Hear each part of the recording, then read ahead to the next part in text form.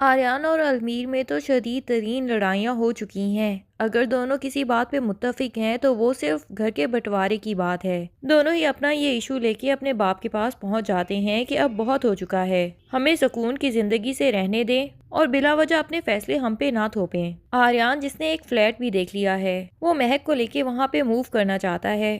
تاکہ مہک اور وہ جس تکلیف سے گزر رہے ہیں اس کا کچھ تو ازالہ ہو سکے، اور اگر زندگی میں دوبارہ انہیں یہ خوشخبری معجزے سے نصیب ہو ہی جائے تو اب کی بار کوئی دشمن ان سے یہ خوشی نہ چھین سکے۔ لیکن آصف صاحب تو ابھی بھی ان تینوں کو اکٹھا رکھنا چاہتے ہیں۔ ویسے تو آصف صاحب کی بھی بات سمجھ نہیں آتی، آخر انہوں نے بھی اپنا یہ گھر اکیلے ہی بنایا تھا، وہ اپنے بھائیوں کے ساتھ تو نہیں رہتے، تو پھر اپنے بچوں کو کیوں جوڑ کے رکھنا چاہتے ہیں؟ سبھی پیرنٹس کے اپنی جوانی میں اصول کچھ اور ہوتے ہیں، لیکن اپنے بڑھاپے میں سارے اصول بدل جاتے ہیں۔ حالانکہ جب آصف صاحب اپنی آنکھوں سے دیکھ رہے ہیں کہ قریب رہنے سے ان کے گھر میں کتنے بڑے بڑے مسئلے پیدا ہو رہے ہیں اور ان کے بچوں کے دلوں میں ایک دوسرے کے لیے نفرتیں پیدا ہو رہی ہیں، لیکن اپنے سکون کے لیے وہ بچوں کو ساتھ رکھنا چاہتے ہیں، پھر چاہے ان کے اپنے بیویوں کے ساتھ بھی تعلقات جتنے مرضی خراب ہوتے جائیں، آصف صاحب کو اس بات سے کوئی لینا دینا نہیں ہے۔ تبھی تو بار بار المیر کے سامنے اس کی بیوی کی برائیاں بھی کرتے ہیں کہ تمہاری بیوی نے ایسا کیا، جس سے یہی لگتا ہے کہ وہ چاہتے ہیں کہ المیر فبیہہ کو طلاق دے دے، یا اس گھر سے تو اسے نکالنا ہی چاہتے ہیں، لیکن صرف فبیہہ کو، المیر کو یہاں سے کبھی جانے کی پرمیشن نہیں ملے گی۔ یہاں مجھے تو آصف صاحب کی تھوڑی سی سیلفشنس دکھائی دیتی ہے۔ آپ کے اس بارے میں کیا رائے ہے؟ اپنی رائے کا اظہار ضرور کیجیے گا۔ اینی ویز، اب کی بار آریان تو بالکل اپنے حق کے اوپر ڈٹ کے کھڑا ہے اور آصف صاحب کو صاف کہہ دیتا ہے کہ جب دلوں میں اتنی دراڑیں آ جائیں تو ساتھ رہنے کا جواز ہی پیدا نہیں ہوتا۔ اور پھر شاہویر، جس نے اتنا بڑا نقصان اٹھایا ہے، اسے تو فبیہہ کے ساتھ ساتھ المیر پہ بھی شدید غصہ ہے کہ ساری سچائی جاننے کے باوجود اس نے آخر کیا کیا میرے حق کے لیے۔ المیر جان چکا ہے کہ فبیہہ قصوروار ہے، اس کے باوجود آریان کو ہی جیل پہنچا دیا گیا، حالانکہ آریان نے تو غلطی سے ہی المیر کو گرایا تھا۔ بہرحال ان کی بحث جب لڑائی تک پہنچتی ہے تو آصف صاحب کو تو اسی ٹائم دل کا دورہ پڑتا ہے اور وہ بے ہوش ہو جاتے ہیں، اور شاہویر چلانے لگتا ہے کہ ابو کو کچھ ہو گیا ہے، اور اس کے بعد المیر اور آریان، جو کہ ایک دوسرے سے دوبارہ ہاتھا پائی میں مشغول ہونے ہی والے تھے، ان کا دھیان بھی آصف صاحب کی طرف ہوتا ہے اور وہ لپک کے باپ کے پاس جاتے ہیں۔ شاہویر تو ان دونوں کو دھمکی دے دیتا ہے کہ اگر ابو کو کچھ بھی ہو گیا تو میں تم دونوں کو بالکل نہیں چھوڑوں گا، اور یہ بھاگم بھاگ میں ان کو ہاسپٹل لے کے جائیں گے۔ یہاں ڈاکٹرز بتائیں گے کہ آصف صاحب کو مائنر سا ہارٹ اٹیک آ چکا ہے، اور ڈاکٹر سختی سے منع کر دیں گے کہ ان کو مزید کوئی بھی ٹینشن نہیں دینی ہے، اس کے بعد ہاسپٹل سے ڈسچارج کر دیا جائے گا۔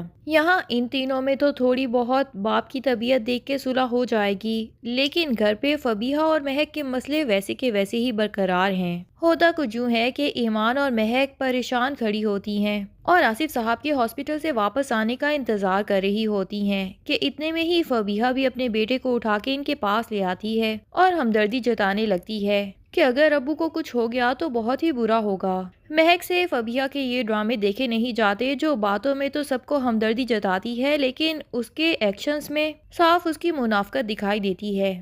کیونکہ وہ تو اس گھر میں رہنا بھی نہیں چاہتی۔ تو مہک صاف فبیہہ سے کہہ دیتی ہے کہ جھوٹی ہمدردیاں کیوں جتا رہی ہو، جبکہ تمہیں نہ اس گھر سے اور نہ ہی اس گھر کے کسی بھی انسان سے تھوڑی سی بھی ہمدردی ہوگی۔ فبیہہ کو تو اس بات پہ شدید غصہ آ جاتا ہے اور وہ بھی مہک کو سنا دیتی ہے کہ تم بھی تو اس گھر سے جانا ہی چاہتی ہو، پھر تم کیوں جھوٹی ہمدردیاں اس ٹائم جتا رہی ہو؟ ابھی ان دونوں کی تکرار ہونے ہی لگی ہوتی ہے کہ شکر ہے ایمان انہیں چپ کروا دیتی ہے اور کہہ دیتی ہے کہ ابو ابھی ابھی ہاسپٹل سے واپس آئے ہیں اور تم دونوں ہو کہ بلا وجہ کی بات کا بتنگڑ بنا کے ایک بات جانے ہی نہیں دیتے۔ ایمان کو تو اب اس بات پہ غصہ آ رہا ہے کہ کیوں بلا وجہ اس نے فبیہہ کے بچے اور اس کے بھائی کے لیے اتنے دن آفس سے بھی چھٹی لی اور ان کا خیال رکھا، جبکہ فبیہہ اس قابل بالکل نہیں ہے، اور واپس آ کے اس نے ایمان کا تھوڑا سا بھی نہیں احسان مانا۔ الٹا مہک نے بھی جو اس کے بھائی کا اتنے دن خیال رکھا، اس کو آ کے اتنا کچھ سنا دیا کہ آپ تو مجھ سے بدلہ لینا چاہتی ہوں گی، اسی لیے میرے بھائی کو کوئی نقصان پہنچا سکتی ہیں۔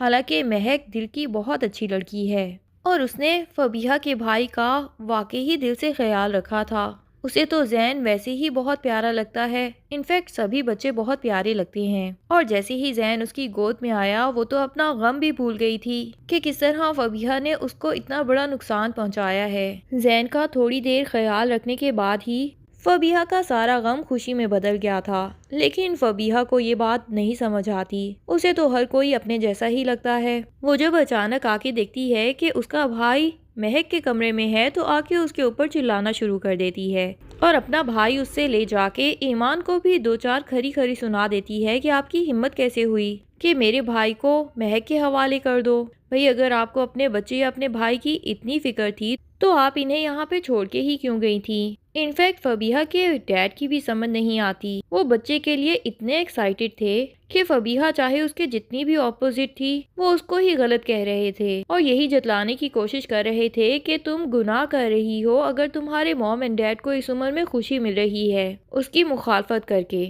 لیکن اب ان کی بیوی کی ڈیتھ کے بعد انہوں نے اپنے بچے کی رسپانسبلٹی ہی فبیہا کے سر تھوپ دی ہے۔ بھئی جب آپ کو بچے کا اتنا شوق تھا تو اب پالیں اس کو۔ لیکن شاید فبیہا کے والد کے تو کچھ اور ہی ارادے ہیں۔ بہرحال آصف صاحب اور امبر بیگم کے اس گھر میں جہاں بہت سے لوگوں کو بہت تکلیفیں مل رہی ہیں اور بہت سے اپنوں کے دل ایک دوسرے سے دور ہو گئے ہیں، وہیں پہ راحم اور مسکان کو بہت سی خوشیاں بھی مل جاتی ہیں اور ان کا دل ایک دوسرے کے قریب آنے کا موقع بھی مل جاتا ہے۔ مسکان جو کہ دیکھ رہی ہے کہ ایمان کے سر پہ ساری گھر کی ذمہ داری بھی پڑ گئی ہے اور تینوں بچوں کو سنبھالنے کا بوجھ بھی پڑ گیا ہے، تو وہ اپنی بہن کی مدد کرانے کے لیے یہاں آ جاتی ہے۔ اور اسی دوران ہی مہک کی والدہ بھی اپنے بیٹے سے کہتی ہیں کہ تمہیں جا کے اپنی بہن کا حال چال پوچھنا چاہیے، وہ اتنی بڑی تکلیف سے اکیلے گزر رہی ہے، میں چاہتی ہوں کہ اور کچھ نہ صحیح پر جا کے اس کا حال چال پوچھ کے اس کو حوصلہ تو دے کے آ جاؤ۔ اور راحم مہک کی طبیعت پوچھنے کے بعد جب وہاں سے جانے ہی لگا ہوتا ہے تو اس کا آمنا سامنا ہو جاتا ہے مسکان کے ساتھ اور پھر ان کی وہی رومانٹک گفتگو شروع ہو جاتی ہے، لیکن زیادہ دیر چل نہیں پاتی کیونکہ اب کی بار ایمان وہاں پہ آ جاتی ہے۔ خیر ڈرامے کی اینڈنگ تو بہت جلد ہونے ہی والی ہے اور مسکان اور راحم کی شادی بھی یقیناً اینڈنگ سے پہلے ہی ہو جائے گی۔ کون کون میری طرح ڈرامے میں صرف اسی ہیپی اینڈنگ کا انتظار کر رہا ہے کہ کب راحم اور مسکان کی شادی ہو اور اس کے بعد پھر سے مہک کی گود بھی ہری ہو جائے اور اس کو پھر سے وہی خوشخبری مل جائے، یا پھر شاید فبیہا کے لیے کوئی ایسا غم آئے کہ اسے اپنے گناہوں کا احساس ہو جائے، جو کہ اپنے ڈیڈ کے رتبے کی وجہ سے خود کو پتہ نہیں کیا سمجھتی ہے کہ وہ کسی کو بھی نقصان پہنچا سکتی ہے، لیکن اس کے آگے کوئی ایک لفظ تک نہیں کہہ سکتا۔ لیکن اگر خدا کی طرف سے ہی کوئی ایسا معجزہ ہو تو فبیہا جیسے اچھے اچھوں کے دماغ بھی سیٹ ہو جاتے ہیں، اور پھر اگر فبیہا کو کوئی ایسی سزا خدا کی طرف سے ہی ملے کہ اس کا دماغ سیٹ ہو جائے تو یقیناً وہ زین کی ذمہ داری مہک کے حوالے کر دے گی اور اپنے گناہوں کا ایسے ہی ازالہ کرے گی کہ مہک سے کہہ دے گی کہ جو خوشی میں نے آپ سے چھینی وہ تو میں کسی قیمت پہ لوٹا نہیں سکتی، لیکن میں چاہتی ہوں کہ زین کو آپ اپنا ہی بچہ بنا کے پالیں اور لیگلی اس کی کسٹڈی بھی مہک اور آریان کو دے دے۔ اس طرح دلوں کی نفرتیں بھی شاید کم ہو جائیں۔ آپ کا اس بارے میں کیا خیال ہے؟ اپنی رائے کا اظہار کمنٹس میں کرنا نہ بھولیے اور ڈرامے کی ہیپی اینڈنگ دیکھنے کے لیے اور تب تک تھوڑے سے ٹویسٹ جو باقی ہیں وہ دیکھنے کے لیے چینل کے ساتھ جڑے رہیے۔ تب تک کے لیے اللہ حافظ۔